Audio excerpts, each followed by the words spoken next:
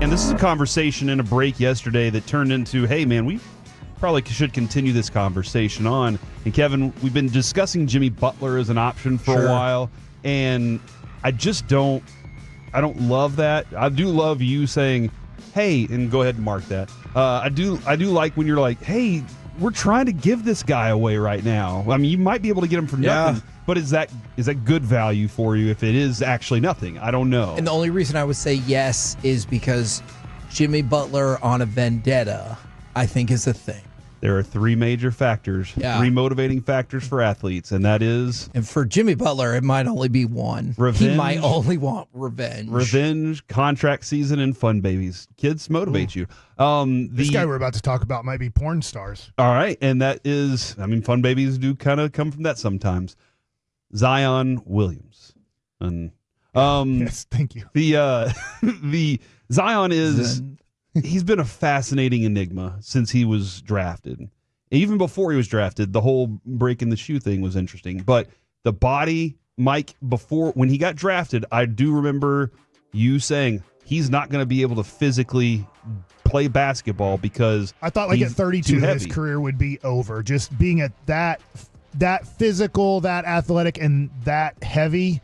That the knees and the ankles and stuff, it'll be able to handle it for a while, but by the time he gets to 30, the micro fractures and the cartilage and all that stuff will probably deteriorate so much that he's going to have one of those 10-year great careers. And then you're like, gosh, he was drafted at 19, 20 years old. How at 30 or 31 is he at this level? Now, that has not played out. And unfortunately, he's been way more hurt than I think most people could have imagined for 6 years. I do feel like that was, correct me if I'm wrong, Kevin, before we started working with Mike, when we were still Knights maybe, and you were like, I understand that. Yeah. But the talent. And so that's always... Still the same 5 years later, yes, right? Exactly. So that's where we really are just going on. He's been in the NBA. He's a little bit older. Do we want to make a move for this? What will it cost? How does he fit? Can I please start this? Because I think my opinion is at least different than Corey's. And I've changed my mind about this. Once I looked at the breakdown of his contract structure, I'm in. And it will depend on what it costs, of course. But he has maybe the most unique contract in the NBA. So once he missed all those games, which you could be like, oh, which season? I get it. But the rest of his contract is not fully guaranteed. So he's under contract for 3 more years, I do believe, after this season. It's not fully guaranteed. So it goes like this. It is maxed. It is like a maxed out. Yeah. More or less, yeah. But it's not that bad of a max. Yeah. Exactly. Because there's different levels of max, which is even more confusing for the NBA. But 20% of it becomes guaranteed if Zion meets all the weight criteria, which is to stay under 295 pounds. He gets weighed 6 different times in the season. No, I'm not. But then think about this. 40% of his contract gets guaranteed 40 more percent if he plays in 41 games. And then another 20 if he gets 51, then another 20 when he gets to 61. So he's already missed so many games this year. The only one he would have a shot at is 41 games. It's just not, it's not going to be any higher than that. So if he meets all of his weighing criteria and he is healthy from here on out, you're still only on the hook for 60% of the guaranteed money next season. And remember, the 2 seasons after that aren't guaranteed either. You have to go through the exact same threshold again. That's why I'm interested. I wasn't interested before because those numbers are ridiculous, because the way y'all broke it down, it's the same as it was 5 years ago. When he plays, he's really, really good, but he doesn't play a lot. This is interesting because it goes back to how this show has always been with you and me, and that is you giving me the John Daniels numbers and me being Nolan going, nah, but let me see the thing. And that's fair. I just wanted to say I have changed my mind in the last few days from definitely not to what's it going to cost because of this contract breakdown. So I think most people here know Tim McMahon. If you don't know who he is, he's written for a long time now, I'd say 2 decades, and he's covered the Mavs for the most part, but over the last 6 to 8 years, he's also covered other teams. One of the other teams he's covered for ESPN is the New Orleans Pelicans.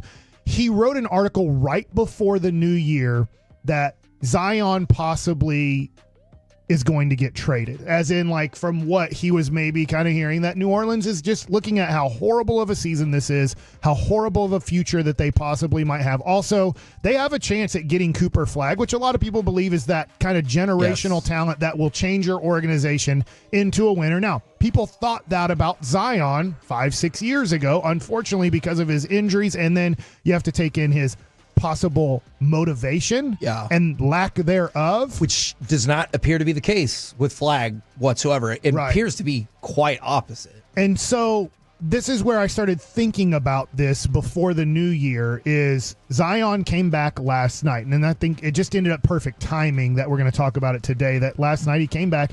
He did not look fat. I watched the highlights. I did not watch the game. He had a 360 windmill dunk on a breakaway. Sweet. In fact, I thought for sure, like, what he's dealt with injuries, I was like, he's just going to, like, dunk it, but not dunk it. No. And it showed that the athleticism is still there. He had an alley-oop where he didn't get super above the rim, and that was earlier in the game in the highlights, and it kind of worried me, like, oh, is that how high he jumps now? Because if that's how high he jumps, I need to back off of this. Now, I will say this. I don't know how available he is. But the Mavs, according to Brian Windhorst, have been making a lot of phone calls. Good, as they should. To see what is out there available to make the team better. I think that Nico Harrison is just doing a tremendous job. I'll give Michael Finley credit. Agreed. Stay in touch. Like, there's a lot of people that I'm sure deserve more credit than just one person. And by the way, just real quick, because this is something that frustrates me with the Cowboys, how big of a deal do you guys think it is that you're just picking up the phone? Like, that doesn't mean you're going to get anything accomplished. But even if you're the best, you should pick up the phone, too, just to talk. See. You get an idea, at least, and it could be fibbing, but you get an idea from other teams, agents. You're calling agents all the time. Does your client like being in New Orleans? Does your client like being in Washington? Does your client like being in Charlotte? And then you call up the general manager and you kind of probe and you just see what they're liking and disliking about their roster, what they feel like they lack. What you might have a sense of what they lack. It can be pretty common watching a game and going common sense and just going, I can tell they need big guys, or they need a ball handler, they need a scorer. But you just want to probably get a better sense from their presidents and general managers on what they're thinking. The Mavericks own, this is scary, but this is what they're working with. The Mavericks own their 2025 first-round pick, their 2026 first-round pick, and their 2031 first-round pick.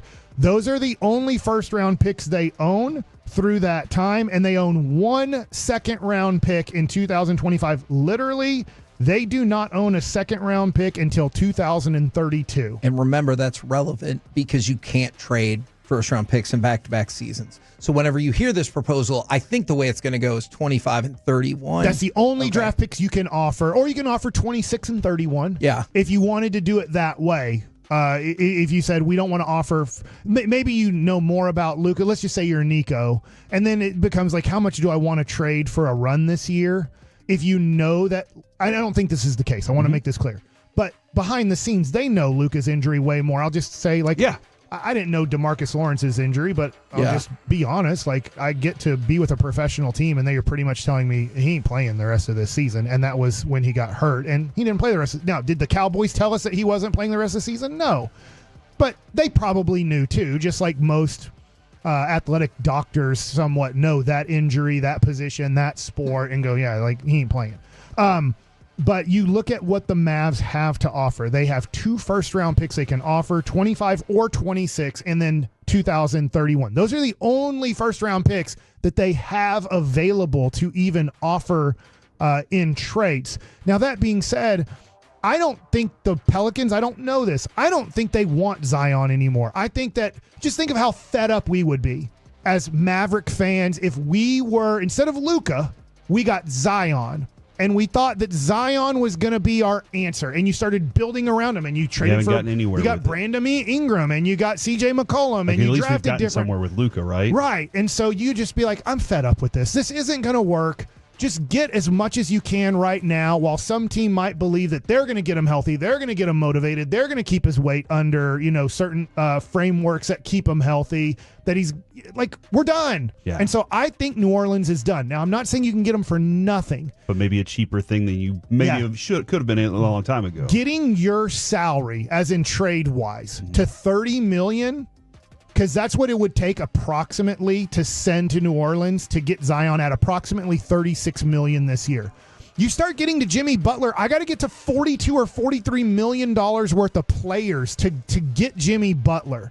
That starts making it tough because the Mavericks have a weird structure of salaries. It's good. I'm not saying it's bad. They have two guys getting paid an S-ton of money, Luka and Kyrie. And everybody else is under $20 million. And there's not a lot of guys making, if I need to go look at it, I think there's only two guys, if I have this right. I think it's P.J. Washington and Gafford makes 10, 12. Yeah, there's only two guys making 15 or more. Yeah. And that's P.J. Washington and Klay Thompson. Okay. Like, the Mavericks have built this thing. Nico's like, here's our two superstars. And everybody else is in that mid-level exception area, which is like about $12 million, I believe it's at right now in the NBA. So I can trade for $35, $36 million worth of a player. I can get there. I'm going to have to probably give up Omax Prosper and Jaden Hardy and my 2 first-round picks to give them the prospects they want. So there's my prospect stash that I have. Okay. And this would be taking a chance on a 26-year-old guy who's lacked motivation. But if he were to get it, you would get a top 15 player? Would you say top 15 player when he's motivated and healthy? And by the way, I might. And Zion, I think, is only 24. Oh, wow. Yeah. Even younger. Okay. He's been around a while. I appreciate both of y'all. That was really good stuff. Really good reasoning. Kevin, you're looking at the fan text that I'm looking at, and I'm the same way here. Now, I get it. Here's what I'm saying. Because a lot of people, the buffets won't stand a chance. No way. Who needs another out-of-shape young phenom on the team? I don't want another lazy person or another person who lacks self-control. These are all my fears, and if I'm the owner or the GM, I should have these fears. So now, how do I solve that problem? Can you tell me? Because Kyrie's done a really good job of getting the rest of the team to follow him while also allowing Luka to be Luka. Yeah. So if Kai goes, hey, I got a relationship with this guy, or I know a way to get him motivated, because I can't have him and Luka be who they are. I'm with you. I need Zion to change. You can't change Luka. Luka's already shown he will change for periods, but he's not going to change for a long haul. So can you convince me that you guys, I'll pull the trigger on this. I'll help make the deal. Can y'all convince me that you can connect with him, and we're the place that we can connect, so that he becomes a different type of player, at least for this year, at least so we can go get the championship and get the run that we deserve. So what would you guys think if I threw out there, I don't think he has a motivation issue. I think he has a Yu Darvish issue, where he is a Lamborghini, and you only take the tarp off when every condition is perfect.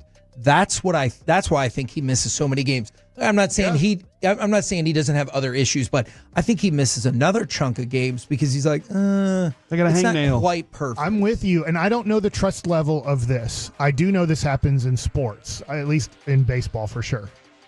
You can talk to Najee Marshall. He was his teammate for a little bit and go, good point. What's his motivation? Be honest here. Now, the tough thing is I'm not for this, but you might have to trade Najee Marshall to get it done. I'm not saying that New Orleans, you just have to get to $30 million somehow. And Maxi Kleber is an easy one to get to 11. And then I start adding guys making a few $1 million here in Omax and Hardy. But I have to get to $30 million worth of player. And I don't think they want Klay Thompson. Like, if you're rebuilding, I don't think Klay Thompson's on your list of rebuild. And I'm not trading P.J. Washington in this deal. Yeah. Just to be honest, because Zion is such a risk. But this would be a very high risk, high reward. But Corey, you said his fit is he's great defensively and when great motivated, offensively. Okay, when motivated, he's premium. He's not a good 3-point shooter, and he's not as good of a rebounder as you would think. Right, he's not a bad rebounder, but just not as good as you would think. But I'm not saying this is the perfect fit. But Nico has done such a great job. If Nico's calling around, and Nico was a Nike guy, Zion's a Jordan/Nike guy. I'm sure he talked to Zion when he was in high school. Like, Nico has done such a great job. It's really weird with his shoe relationships through agents and players that he seems to understand chemistry fits way better than we, the fans, can at times understand chemistry fits. And I'm not saying that Zion's the answer, but I will say this. He said it'd have to work this year. The one thing that Kevin pointed out was he does have, after this year, 3 more years that you would have a 24, 25-year-old guy that if you got him motivated, if you believe you could have Zion and Luka, which is scary. I get how scary it would be with Cronuts and everything like that, but Donuts are amazing. I'm not saying this is something I'm dying to get or I want the Mavs to do no matter what. But I think it could be an option for the Mavs here in the next month to look at, what if we got Zion and, I know this is the question that they haven't been able to keep Luka away from food. But, could we keep Zion away from the buffet, as somebody said, and get him super motivated? Because if I had a motivated Luka and a motivated Zion for the next, let's say, 5 or 6 years together, that could be pretty special. By the way, not to skip over this all the way, Mavericks win over the Lakers, 118-97. I think they closed on a 9-0 run, but they also had a mediocre first quarter. They've been having really good first quarters and then falling apart. This one was fine, and then they got a win. They desperately needed it. Awesome win. Real quick, because I know we got to go, from YouTube, the person asking, Zion makes $36 million this year. Jimmy Butler makes $50 million this year. So if you're asking, because they're asking, which would cost less? Yeah. Zion would cost less in a trade, at least when it comes to players, because you only have to get to $30 million of player, pretty much.